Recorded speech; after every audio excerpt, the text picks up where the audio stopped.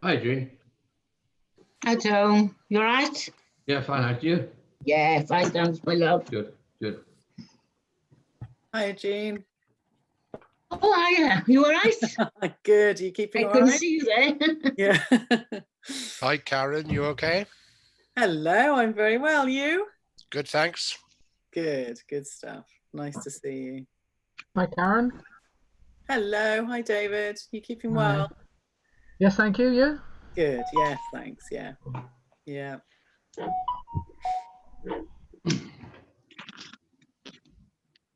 Okay, I think we're probably very nearly ready to start. Can I ask attendees to put themselves, to mute themselves, please, so that we can hear each other. Great. Well, I'm Sally Power, and I'm sorry. There's a lot of background noise.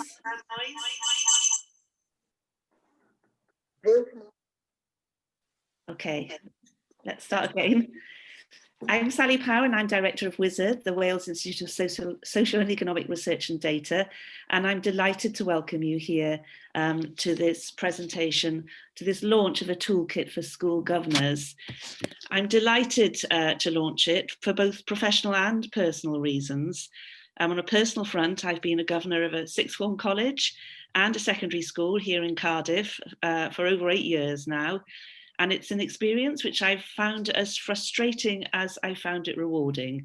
In a professional capacity, I've been involved in research on governing bodies since the early 1990s. And it's interesting that school governors are often held as the most important agents in school improvement, and they're certainly held accountable when things go wrong, but they are also the most overlooked, and not only by policymakers, but by head teachers as well. Indeed, in some early research I undertook on the governing bodies of what were then called grant-maintained schools, I concluded that governors did little more than rubber stamp decisions that had already been made by the school's senior manager.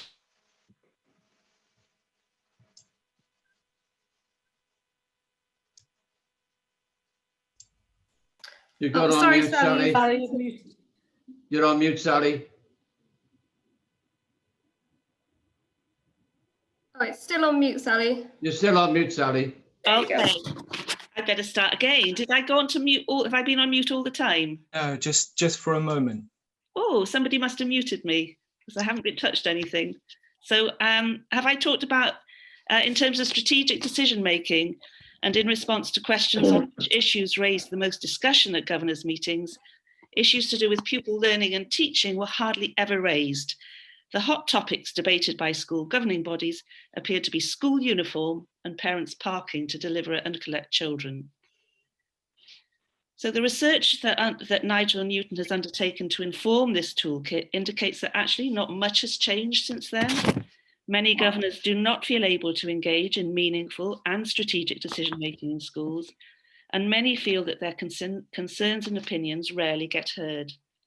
There are many governors who actually say little or even nothing at governors' meetings. And in addition to school level issues, there are also system-wide consequences.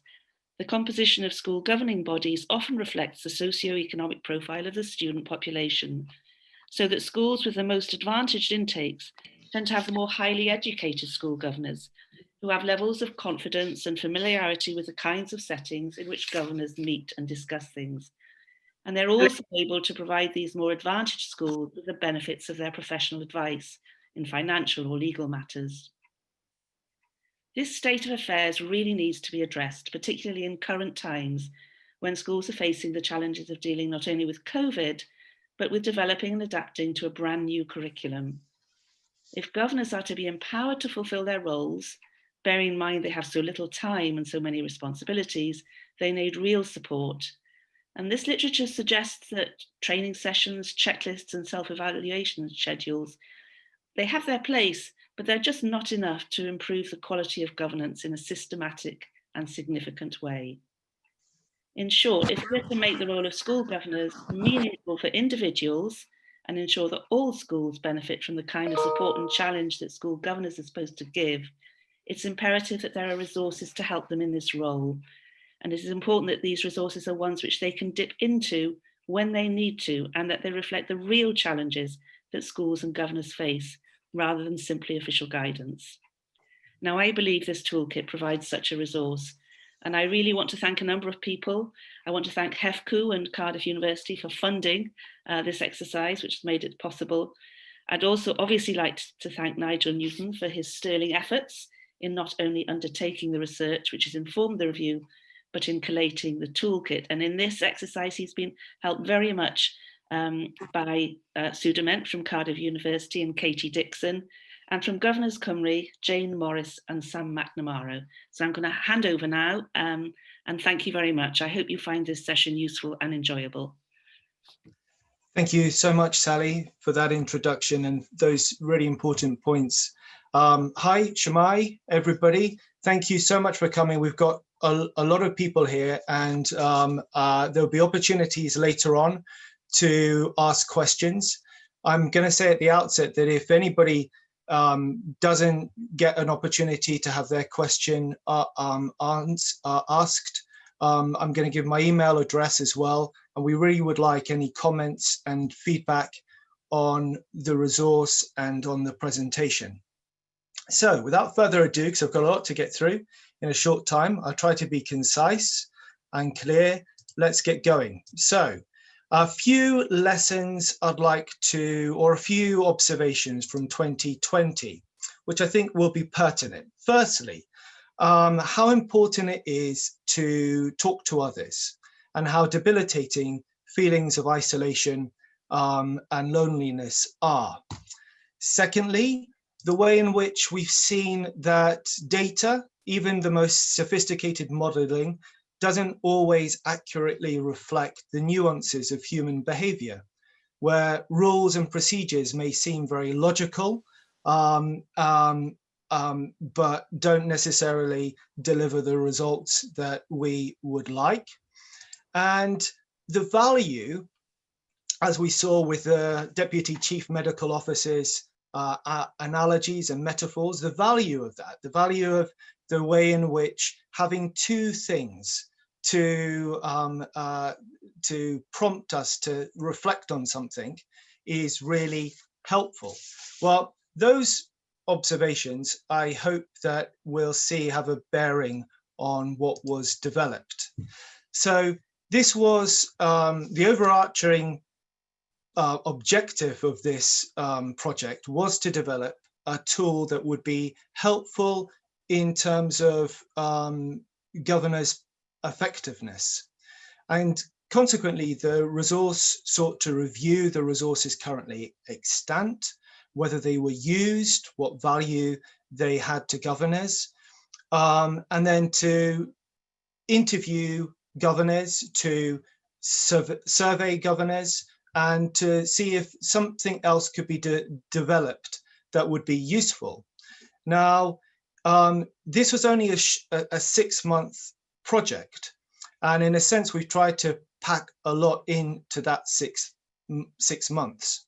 But originally, the idea was that we would probably be constrained to Cardiff, and though the intention was to be national, and we've achieved that to a good extent in the survey responses, the data is limited. And I just say up front that when I present some of the data from the findings, from my perspective as a researcher, it's more indicative of the further research that needs to be carried out. Having said that, as you can see, we were able to do a lot of the stages, a lot of the research processes that would be expected in a bigger project. So I'm going to introduce some of the findings. So firstly, I carried out 16 in-depth, semi-structured interviews with school governors and a clerk to a governor. They were connected to Cardiff University, or the majority of them were connected to Cardiff University. But those interviews explored in depth their experiences of governors, what resources they used, what they found helpful, and what they were thinking in terms of the needs of their governing bodies. And I really would like to thank all of those governors who participated, gave up their time and participated in those interviews. Looking at them as a whole, some common themes emerged. So there's nothing like learning from experience. So many of the governors refer to the way in which they were frustrated that they couldn't necessarily hear of the experience of other governors, that there weren't opportunities to hear other governors talking about their experience. So they were reliant on their own experience in order to gain insight and understanding. There's a distinction between what was perceived as the regulatory requirements, and I use that phrase to denote all the legal requirements or the quality process requirements and other such demands placed upon governors, and what could be described as a more fully engaged involvement, where individuals' skills, professional backgrounds could really be put to fuller use. Thirdly, that the toolkits and checklists, when used, which isn't very often, are more as aid memoirs than as things that specifically help the governing bodies to work more effectively. How more experienced governors, though, who I interviewed, could describe issues that they and their governing body have addressed with ease. All of them had stories to tell about important decisions that had to be taken, issues that were addressed. And it soon became emerged from those interviews the potential value of collecting those case studies. Now, linked to this is the desire to build confidence. Now, that's a word which I'll show is a little bit one of those tricky words to pin down, to nail down what exactly it means. But the governors who I interviewed often felt that there was some degree of confidence lacking. Now, whether that was a degree of confidence in drawing from those professional and life experiences, or confidence to show that understanding of the local community, or confidence in terms of agency, it was a term that clearly was complex. Now, those insights really were reflected as well in the literature. And it's sad to say that there isn't a great deal of literature on school governance, and there wasn't anything that I found which actually dealt with the use of a toolkit or a resource in terms of helping governors. But there were some things which was discernible across the literature, and I'm referring to literature mainly in across the UK, but also in other countries with a similar school governance structure as we have here in Wales. The one is the regulatory burden has increased, and that has led to a need for a kind of managerialism in the way in which the responsibilities are carried out within governing bodies. And that can be seen to diminish what we could describe as the democratic and strategic role of governing bodies, the way in which governing bodies reflect other broader values about education and the community. And this means that contextual variables and the insights that can be drawn from a broader range of lay governors and their contribution can easily get missed out. It's not utilized as fully as perhaps it ought to be. That in itself weakens then lay confidence and agency. And that obviously creates a situation where there's little opportunity for performance to be improved, because we're in this loop which has these problematic features. But one of the things which was clear from the interviews and is discernible in the literature too is how that can be reversed, how there are opportunities to change that, to improve the way in which strategic issues are reflected on, how contextual variables and insights can be acknowledged, and therefore confidence can be built, and not neglecting in the process those important regulatory issues as well. So I came up with this idea of of a resource that drew from what I'll call reflections or case studies. I'll say a little bit about that in a moment. And this importantly was underpinned by a theoretical model that I'm going to try to explain briefly. But it's important because sometimes the idea of the use of case studies doesn't have a strong theoretical foundation. And in this case, it does. And that would be useful as well if we were able to carry out further research. So I'm drawing from a philosopher called Michael Polanyi, who's primarily known for his work on how insight and discovery comes about, how knowledge is used and can lead to positive change. And this theoretical underpinning then draws from a number of features that hopefully you'll be able to see linked to the use of the case studies. So he talks about the importance of personal commitment, which we see improved when a connection to the community is recognized as being important, how people's voices can be heard. He talks about the way in which we need to have opportunities to pursue clues. And in the resource, you'll find that we've got a way to prompt governors to think about issues, to read both expert advice and also real experiences of governors, and that prompts that pursuit of clues. That also therefore encourages reflection, which supports engagement of people's personal values, a kind of a way of helping them see that actually what matters to them actually counts in them resolving a problem. And those things all tie together in terms of a recognition of contexts, that when we're trying to solve a problem, we really need to acknowledge that the variables which we need to take into account will be particular to our school.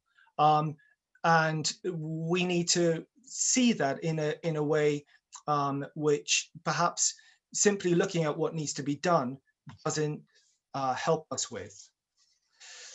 So those insights as well, and that perspective, I think is shown in the survey. So the survey, we did manage to get 311 valid responses, and those were from governors across all bar 2 counties of Wales, which is great.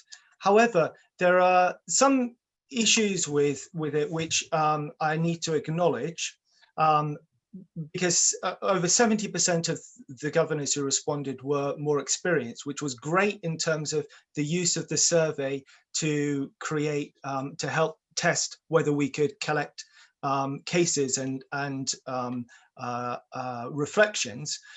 but also denoted the fact that, well, maybe we haven't got such a broad base of governors responding. Over 50% of them were from Cardiff, and linked that experience, 41% of them were chairs or vice chairs, and nearly 3/4 were primary governors. So there were, so the survey data, in a sense, doesn't provide us with an overview of the state of school governors' perspectives in the nation, which would have been great. But it does point, the findings, I think, from it do point to the value of perhaps a greater effort to survey more governors and a more diverse range of experience of governors.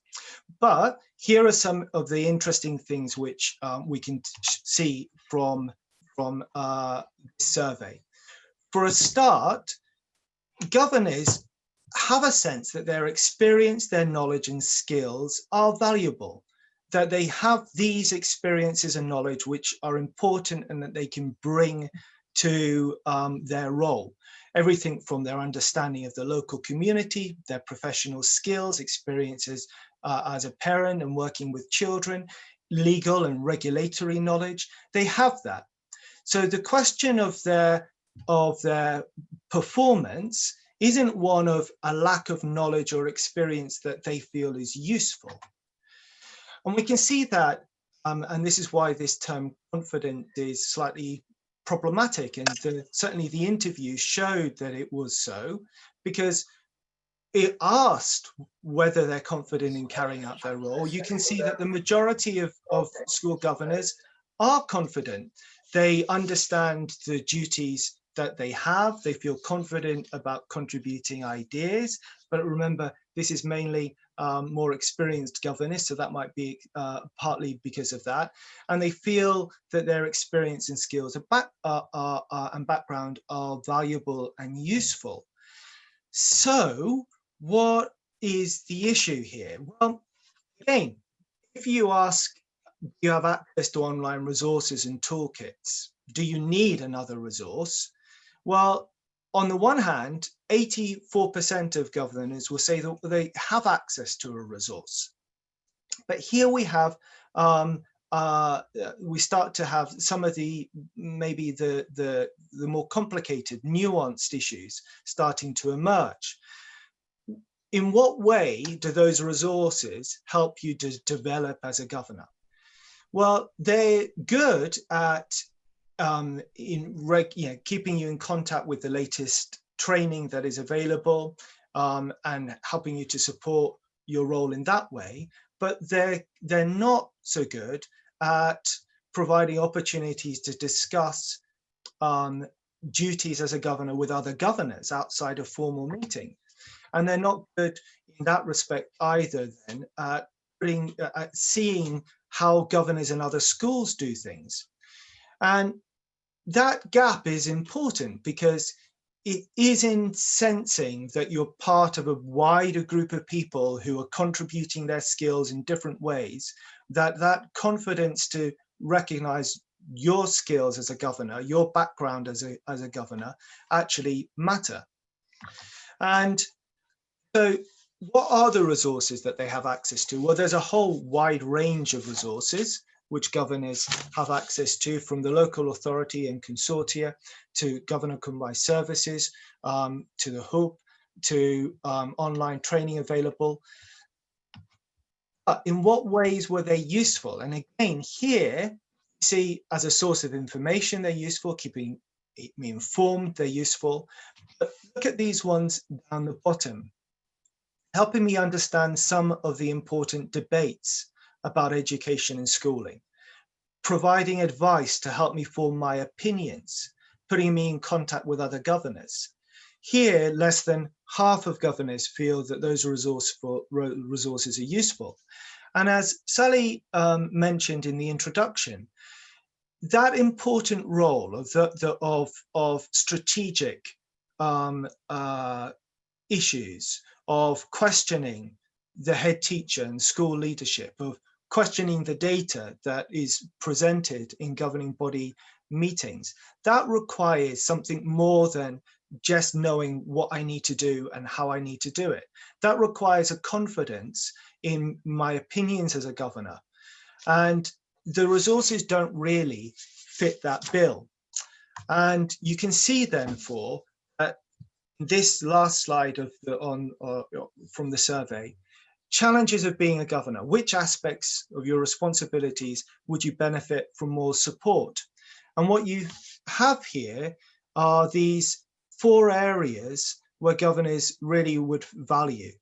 So 60 to 92% of governors would like support relating to legal compliance, scrutiny of school leadership, reviewing governing effectiveness, and reviewing school performance. And again, it's worth remembering that many of the respondents of the survey were those experienced governors. Many held position as chairs or vice chairs. So what is it about these themes? Well, reflecting on these in light of the interview data makes me think that governors know that actually all of these require judgments that are complex. And this includes issues relating to the legal compliance, because many of the interviewees who I spoke to talked about the way in which they had to weigh up differing opinions about legal issues. And obviously, a lot of time, issues to do with how you go about scrutinizing school leadership. Those things emerged too as important. So this data supported the idea that case studies could be a useful complement to the other resources that are out there in helping governors to come to their own, to draw on their own experience and values and knowledge of the community in terms of being able to have a different way of thinking about, actually, I can question, I do have the permission, as it were, to challenge things in a different way.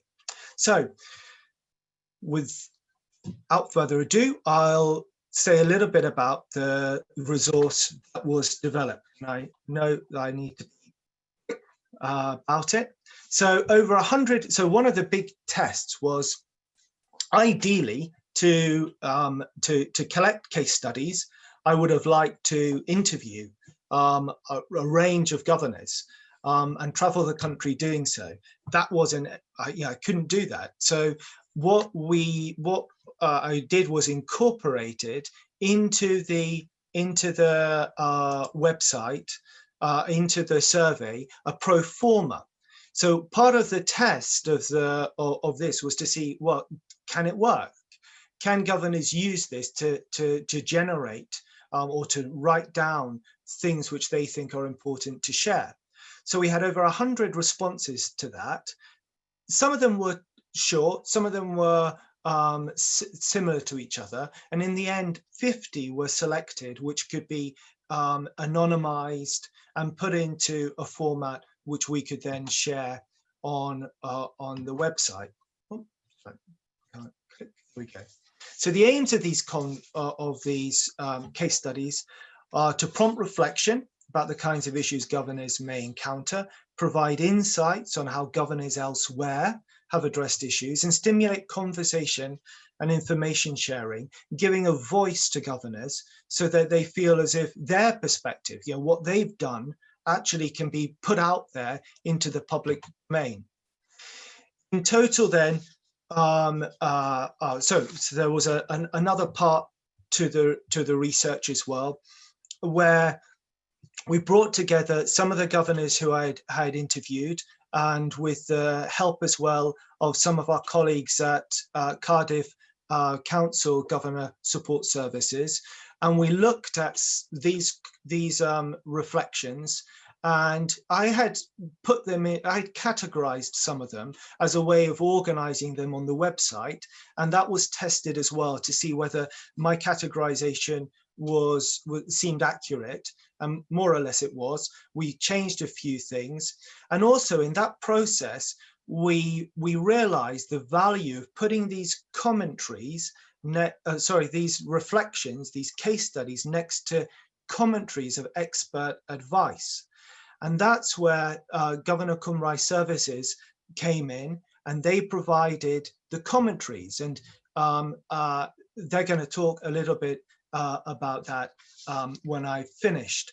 But this becomes then a really important linchpin, because what you have are reflections of governors, and you can go from those reflections of governors to, as it were, what would be the best advice in that situation.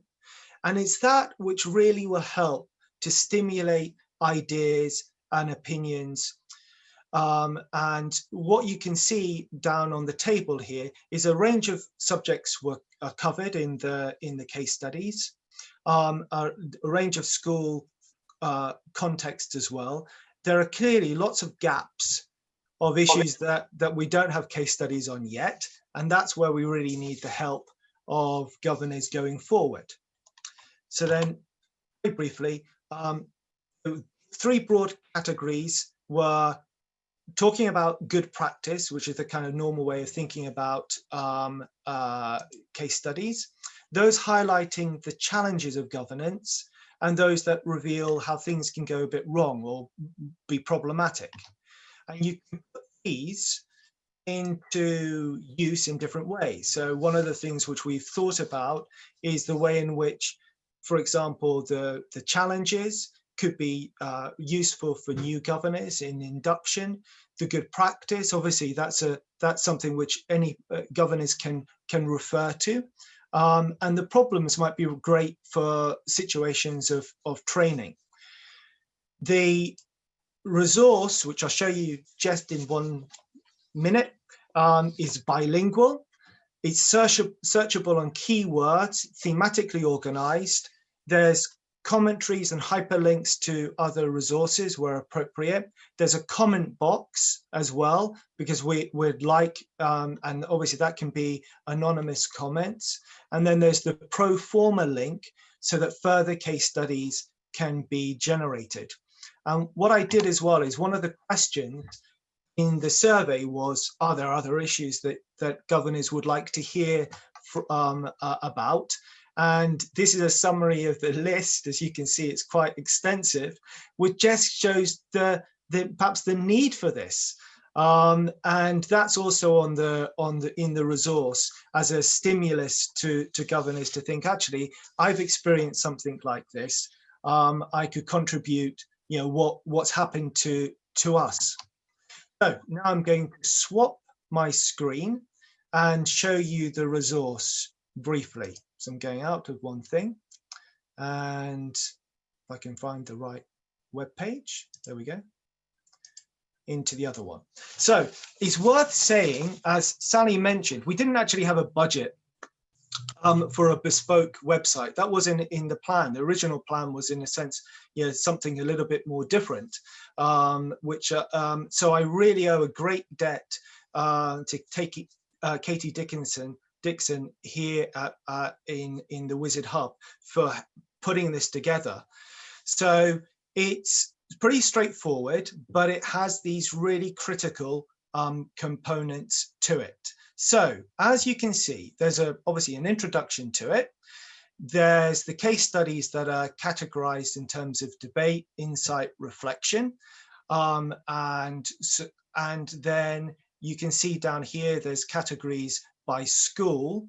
And down here, there's the list of the keywords. And here as well, we can search keywords.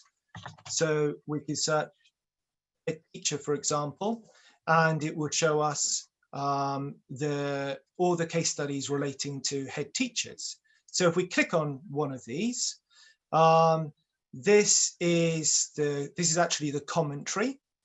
So this is the good advice produced by Governor Cymru Services. And if we click here, we can flip back to the actual case study. And that's structured in a way with what was the issue addressed, what happened, what lessons were learned, and then some questions for reflection.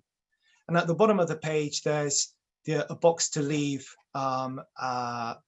comments, and it's totally bilingual, so we can switch to the Welsh version as well, which is the same. And we can switch back. And then also up here, we have this link to the pro forma to create further case studies, which will open up a new page, which gives obviously the details about what this is. And then it's a pro forma to help generate new case studies, which we hope will happen. And then we're going to update this and be able to see how it works. So I'm going to just, before I pass on, I'm going to pass on in a moment to Jane and Sam from Governor Cymru Services. I just want to share one other thing with you, which if I can pull up my slide again, which is my email, because we do want, we know that we're limited in time, and we also want anybody to use it, to explore it, and to give us some comments and feedback on whether it's useful or not. And I'm sure that you've, if you haven't got this somewhere else, do a screenshot of it and or ask for details, and I can we can respond to you. Now, one other bit before I pass over to Jane is, in a moment we'll have some opportunities for questions. It might not be very long. Does everybody, how you ask a question in this format with so many people is if you click on the participants box, and in the participants box you'll see there's a little icon where you can raise your hand. So that's one thing which I'll say again in a minute. But right now I'm going to pass over to Jane and Sam to just share some of their thoughts about being involved in this project and on the resource. Thanks very much, Jane. Okay. Thank you, Nigel, and asking me to say a few words. And, you know, it's a fascinating piece of research, and I'm sure it's not going to stop at where it is at this point in time. And it's great to see so many of you here today joining us. It's been a pleasure to work with Nigel at Wizard at Cardiff University to develop this exciting and innovative piece of work. And, you know, we all know that the purpose of school governance is to provide that confident, strong strategic leadership, which leads to robust accountability in school improvement. And I think this is reinforced in the Chief Inspector's annual report today, which states, where leadership is successful, governors possess a strong understanding of the school and play an important role in strategic planning. And we know too that effective governance is based around many key factors, and it doesn't just happen overnight. It's about the people around the table, having an effective chair, an effective clerk, and having the right structures in place, ensuring compliance, evaluating and monitoring effectively. Now, as Nigel has said in his presentation, the website aims to support knowledge transfer amongst school governors and facilitate the sharing of good practice. And it allows governors' voices to be heard on the key roles and responsibilities that they face on a daily basis. The key word for me is the word reflection. And when we were working on the commentaries, what came through, I think, was governors' concerns, as Sally has alluded to in her initial speech, frustrations, feeling alone at times. And whilst there are some gaps in the information within the case studies, I think there's also an overarching passion from the governors who responded to ensure the best for their school and the best for the pupils within the school. We know roles and responsibilities of governors are considerable. Workload of governors is greater than ever before, and particularly, I think, in these challenging times. And the need for an innovative governor development opportunities is crucial. The need for reflection and building time for reflection is key within the governor role. And sometimes reflection and review gets lost in all the other things that governors do. Sharing problems, looking at solutions with governor colleagues is key to driving school improvement, as well as enhancing professional development opportunities. I was reading a recent article by Peter Early from the Institute of Education in University College London. It's a paper called Surviving, Thriving and Reviving in Leadership, how true that is today. And it emphasises that reflection has long been identified as an important leadership skill, but it is in danger of getting lost. And I have to say, with the case studies that we have at this present time, which I'm sure you will enjoy looking at them, that I don't think reflection is in danger of being lost. And I think it's something that we can build on with this exciting piece of work. So without further ado, we were asked to provide a commentary for each of the case studies. And in some of the case studies, which will demonstrate effective practice, we have provided links to additional resource information, and that could be national guidance information from Welsh Government, local information and national policy, as well as some of our own information. The commentaries in essence offer a summary of some of the main points and information to consider to assist governors. And the caveat, and there is a caveat here, is that the information that is provided should always be used in conjunction with the detailed advice and support from your local authority and your regional consortia and diocesan authority as appropriate. As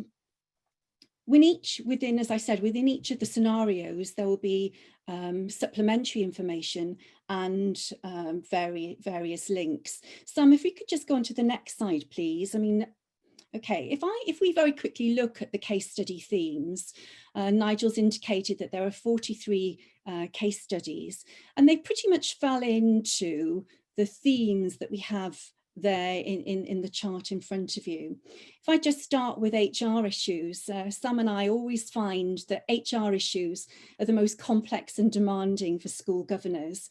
And there were a range of case studies that really concentrated on things like staff disciplinary, challenge of recruiting staff, sickness absence, capability, managing redundancies, those tricky, complex roles and responsibilities that governors have. And then when we look at governor roles and responsibilities, again, very much fell into things like making sure that everybody around the table contributes. How does the chair do that effectively? School organisation, looking at managing the turmoil of a school closure and the emotion that goes with that, becoming a federated governing body and looking at the designated process that needs to be followed.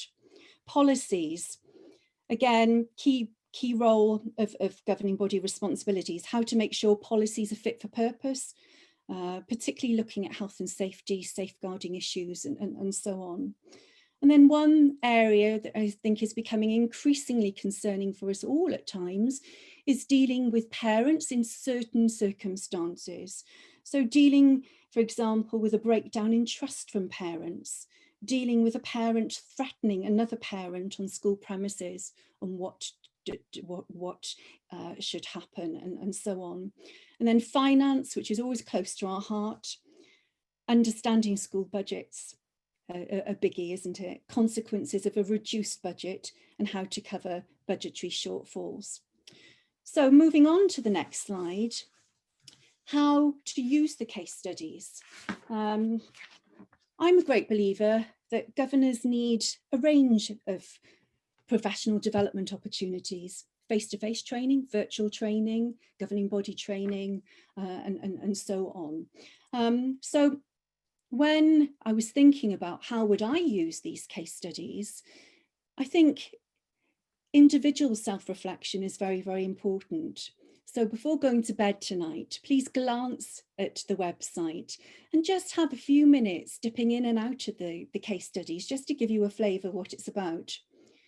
Group exercises with governor training sessions.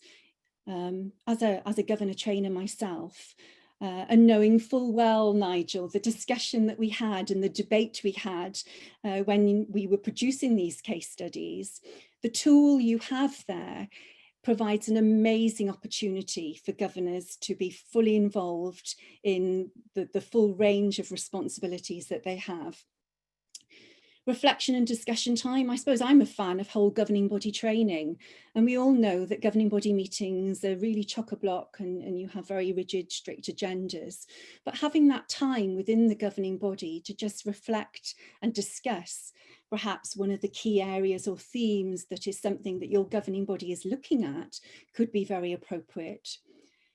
I'm very well aware that several governing bodies will work in clusters with their feeder schools and their feeder governing bodies. And again, there's a lovely opportunity here to use some of that information to promote dialogue, share information, and cascade effective practice. I know, for example, in Central South, the consortia there, they have governor improvement groups. And again, maybe there's provision for opportunity for reflection during those meetings. And I guess moving on, and I suppose it's something for further consideration, Nigel, is, would it be possible to have a series of virtual interactive sessions based on some of these key themes that people could dip in and out of? From my own experience, I think governors really benefit from looking at case study material and having those interactive elements that help them with their professional development, and above all, helps them to be an effective governance. That's all I really need to say. I don't know if we've got time, Nigel, probably not, but happy if there is, or at another opportunity to actually look at a case study perhaps in more depth. But over to you. Thank you. Yeah, thanks very much, Jane. Thank you, and obviously for all the work that you've put in, and Sam, in helping produce the commentaries, and that key message of a prompt to reflection. As you'll be aware, as governors, we know that time is very limited and there's lots of burdens, but it is ways, we're trying to think of something which will stimulate in a way which actually is governors themselves, being able to share their perspective, their view, and then reflect on it with the best advice available, and be able to explore things is so important. Now, we've got a few minutes left, and I really would like some questions. I know that there were a few in the commentary box. So one of the questions was about who will monitor the site. Well, initially I'll be monitoring any comments that go on the site, and doing taking any of the case studies which are put onto the platform as well, the pro forma, and I'm sure I'll be supported in doing that by others. If anybody would like to put their hand up, it's actually a bit easier. The commentary thing gets a bit complicated actually to be able to follow. So if you click on the participant list, you should be able to put up your hand. Okay. Nigel, if I just come in, just looking at some of the comments. Go for it. The last one is about support for well-being of governors. Oh, totally endorse. That sometimes is well-being for governors is sometimes overlooked totally. There is quite a lot of information out there. We've issued a free resource to all schools in Wales. It's on our website in relation to well-being of governors. So please access that and use it in whatever way you see fit. Also noted some very nice comments about Governors Wales. Thank you for that. And also that's replicated in comments about Governors Cymru. Really appreciate that. I see the comments about induction training, mandatory training for new governors has been answered. I guess the biggie is, Nigel, when will people be able to have access to the website? Oh, it's available now, so it can be used now, and the more that it's used, the better. I have a question. I have Wendy, who I'm going to, if I can, I think Hello there, can you hear me? Yes, I can. Hello there, thank you very much for an interesting presentation. My concern is there's a lot of talk about on the Cymru Governor's Service, which is an excellent service. Talk about yourself, how it's been focused, I feel a little in the South Wales area. Is this, I realise it's early days. How do you get it out to all schools? Not just schools who maybe are paying for an online service, because maybe the ones who are not doing that are the ones who need the attention more than others. Okay, so this resource is totally free. I mean, it's free access, and what Cymru services have provided in the commentaries is freely available and accessible. And lots of the links which they've also might have included are links to resources which are publicly available. There are some which would take you to their site, but that's only a small part of, in a sense, the purpose and value of the commentary. So the advice provided, which go along each of the commentaries, is available to anybody to use. So the website is public. It's for everybody. Now, you are right in drawing attention to the fact that, regrettably, although at least one governor from almost every county filled out the survey, clearly wasn't as widely distributed as we would like. And that's something which we hope will happen. And certainly we're going to forward the website address onto all the local authorities, and encourage them to pass it on in their newsletters to governors across the nation, because this is something which really is, it's really, really important, as you rightly say, that governors in every corner of the nation can feel that their voice can be heard too. I mean, one of the really important things in coming up with this idea is to show how important it is, that understanding of the local context. And that's something which, other toolkits and resources that are kind of like, this is how you do things, this is what you need to do, clearly don't and can't address. They're not there to do that. So hopefully, we can get it used by a broader range of in a broader range of locations across the nation. So does that help? Good. Has anybody else got any questions?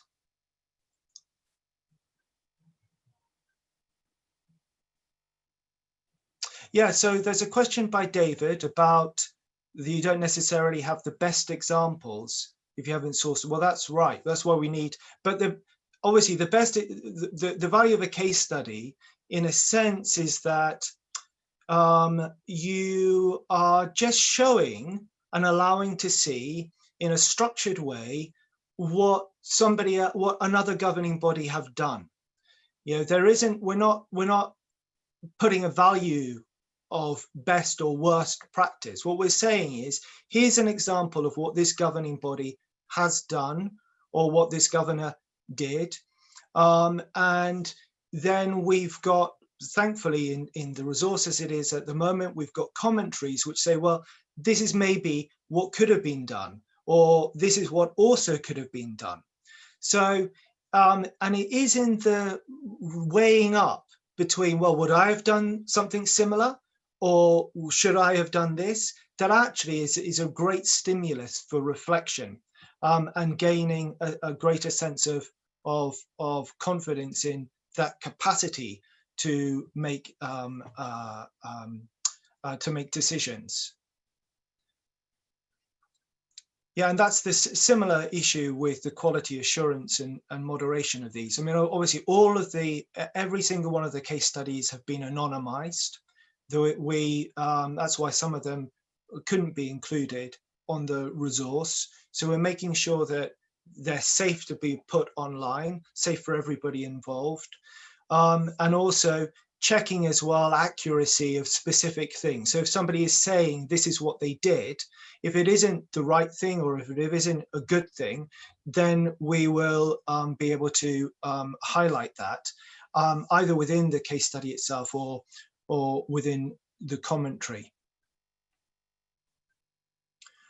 There's a really good question about Michael Whitaker. You mentioned a really important thing about governors who are neurodiverse and how they can be supported. That isn't something which has yet come up in any of the case studies, but it is something which really ought to be addressed.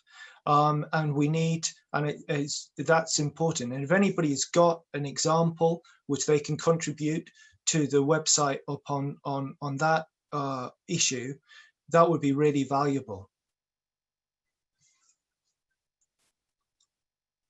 Okay, is anybody?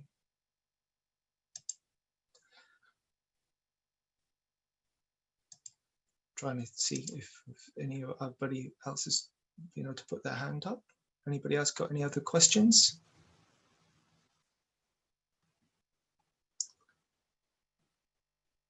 No. Oops. Commentary.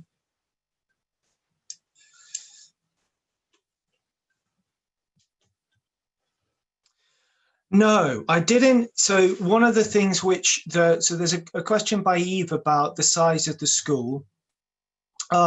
That's a really good one. In the survey data, I couldn't explore that. So that's one of the kind of bits of the puzzle, which in a sense I would need a broader group of a broader sample of governors to be able to test those sorts of questions out. And that's why really this is a kind of, a point which I hope that this will stimulate interest and further research would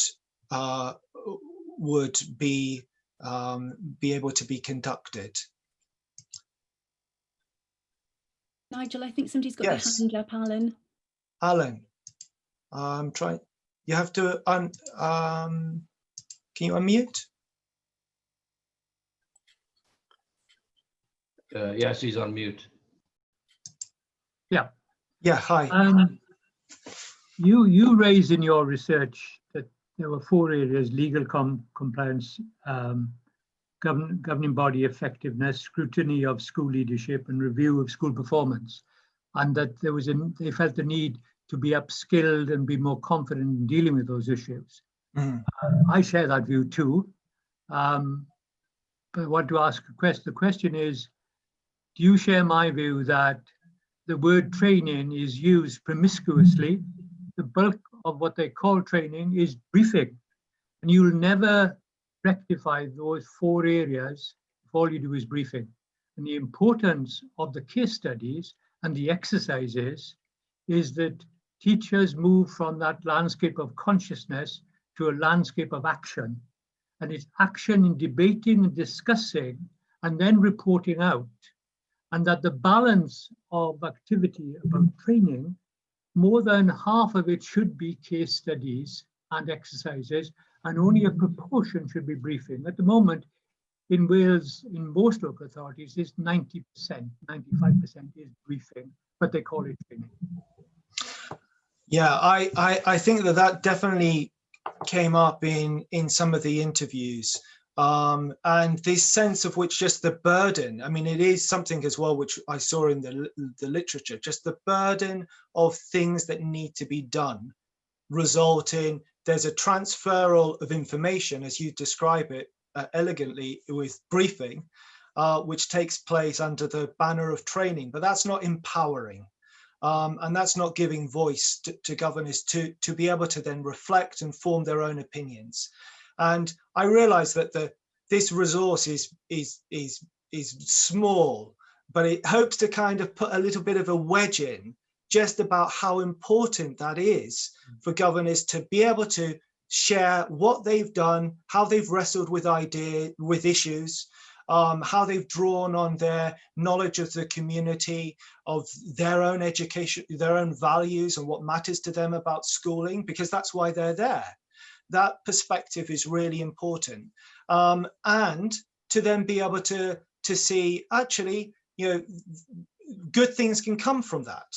And one of the things which came up in the survey data as well was that governors are not lacking in knowledge and experience that they feel should be able to be given. And some of the governors I interviewed as well talked with some frustration that governors didn't have the confidence to think, actually, no, it does matter what the perspective that I've got and the experience I can draw on. So definitely. Great. There's Pete. You have to, Hi. there we go. I just wanted to follow up what Alan said, and the fact that governors don't get to speak to each other at meetings at any level, whether it's local authority, consortium, whatever, is severely lacking. And it's something that, I've been saying for the last 10 years without any improvement in that situation. And it's quite clear in your research that the governor's ability to speak to each other, to network, to look over and discuss best practice, or look at case studies is absolutely critical to learning, and yet it simply doesn't happen at any level at all. Yeah, actually, some of the interviewees mentioned the fact that the best bit for them of training events was the coffee break, where they could actually catch 2 or 3 minutes to talk to other governors. But that isn't enough, is it? And I really hope so. All of you here, think about an example, a case study that you could complete. Let your voices be heard. Share this resource, and let's see if we can show that actually it has a positive benefit, that it's important that happens, and maybe that can help others to see just how good it is if that were to take place. I think we've run out of time, actually. So is there any key information which you need? I think we've got Alice kindly put the address on the website for the resource. You've got hopefully my email, and that's also on the website as well. Do feedback. Give me any of your other questions. I know this is a really short, quick, event. I'm so pleased to see you all. Thank you very much for coming.